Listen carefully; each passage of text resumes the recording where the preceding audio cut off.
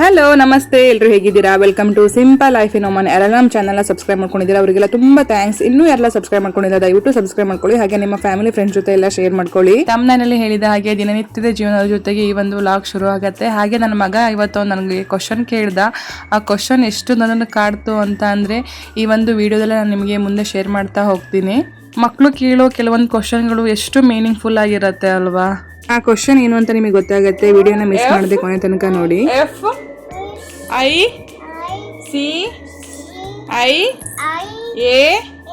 FICIAL official.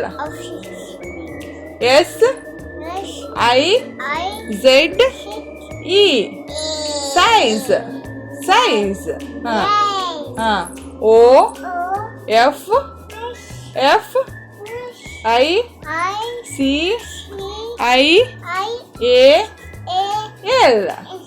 Official. VOLLEY volley. ನೀನು ಹೇಳು. A ಎಲ್ಲಿದೆ? ಸಿ ಎಲ್ಲಿದೆ? ಎಲ್ಲಿದೆ? Very C. Very good. O ಎಲ್ಲಿದೆ? O very good. ಎಸ್ ಎಲ್ಲಿದೆ? S. S.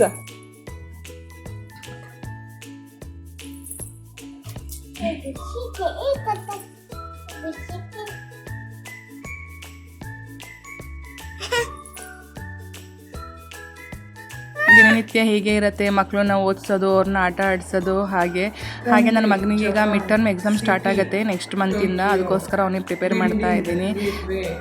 Cricket, Rohit Sharma, car, Honda City, river, Nanda Devi, book, Godavari.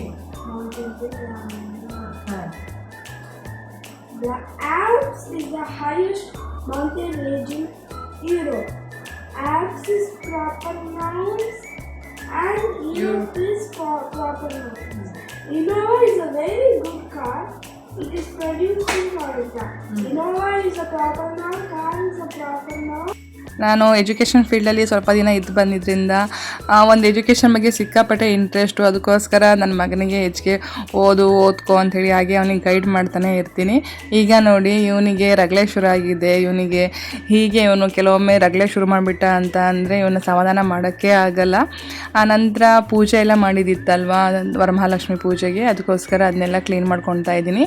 Next day ಇದು, ಯಾಕಂತ ಅಂದರೆ ನೆಕ್ಸ್ಟ್ ಡೇನೇ ನಾನು ಇದನ್ನೆಲ್ಲ ತೆಗಿತಾ ಇದ್ದೀನಿ. ಅದಕ್ಕೋಸ್ಕರ ಈಗ ಅದನ್ನೆಲ್ಲ ಕ್ಲೀನ್ ಮಾಡಿ ಎಲ್ಲ ತೆಗಿತಾ ಇದ್ದೀನಿ. ನಾನು 3 ದಿನ ತನಕ ಅಥವಾ 5 ದಿನ ತನಕ ಎಲ್ಲ ಇಡ್ಲಿಕ್ಕೆ ಹೋಗಲ್ಲ. ಯಾಕಂತ ಅಂದರೆ ಅದು ಪೂಜೆ ಮಾಡಿರ್ತೀನಲ್ಲ ಆ ದಿನ ಸಂಜೆ ಪೂಜೆ ಮಾಡುವಾಗ ಹಾಗೆಯೇ ಸ್ವಲ್ಪ ಎಲ್ಲ ಸರಿಸಿ ಇಟ್ಟಿರ್ತೀವಿ ದೇವ್ರನ್ನೆಲ್ಲ.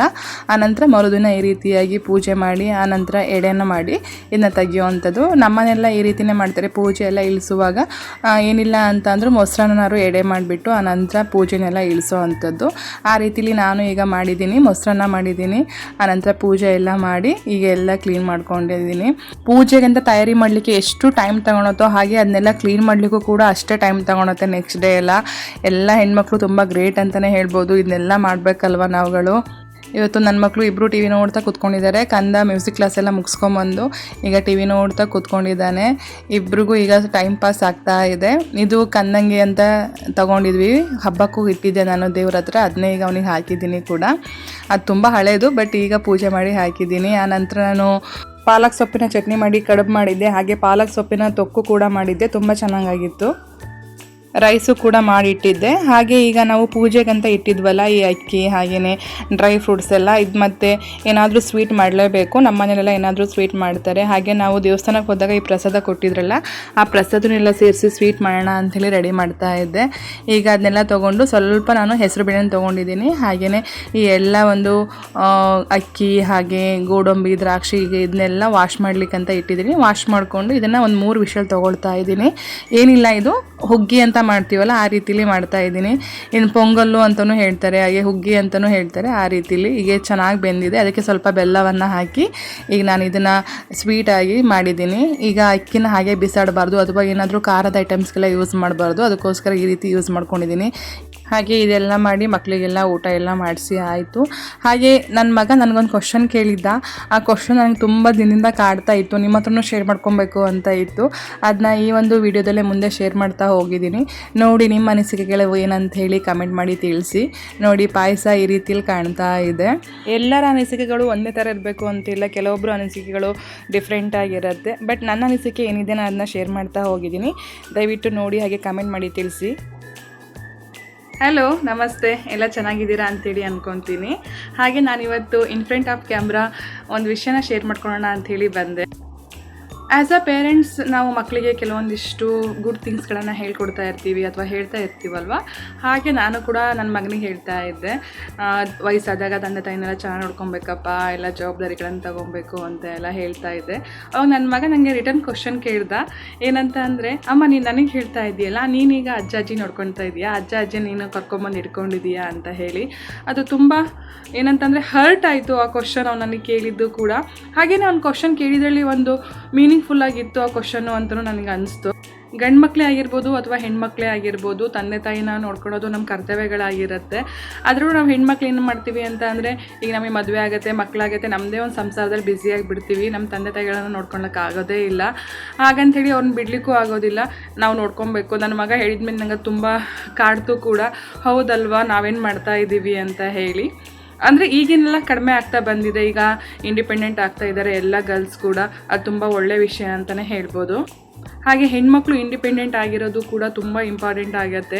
ಎಲ್ಲ ಹೆಣ್ಮಕ್ಳು ಆದಷ್ಟು ಇಂಡಿಪೆಂಡೆಂಟ್ ಆಗಲಿಕ್ಕೆ ಟ್ರೈ ಮಾಡಿ. ಹಾಗೆ ನೀವು ಇಂಡಿಪೆಂಡೆಂಟ್ ಆಗಿ ಜೀವನ ಕಟ್ಕೊಳ್ಲಿಕ್ಕೆ ಆಗಲಿ ಅಂಥೇಳಿ ನಾನು ಆ ದೇವರಲ್ಲಿ ವಿಶ್ ಮಾಡ್ತೀನಿ.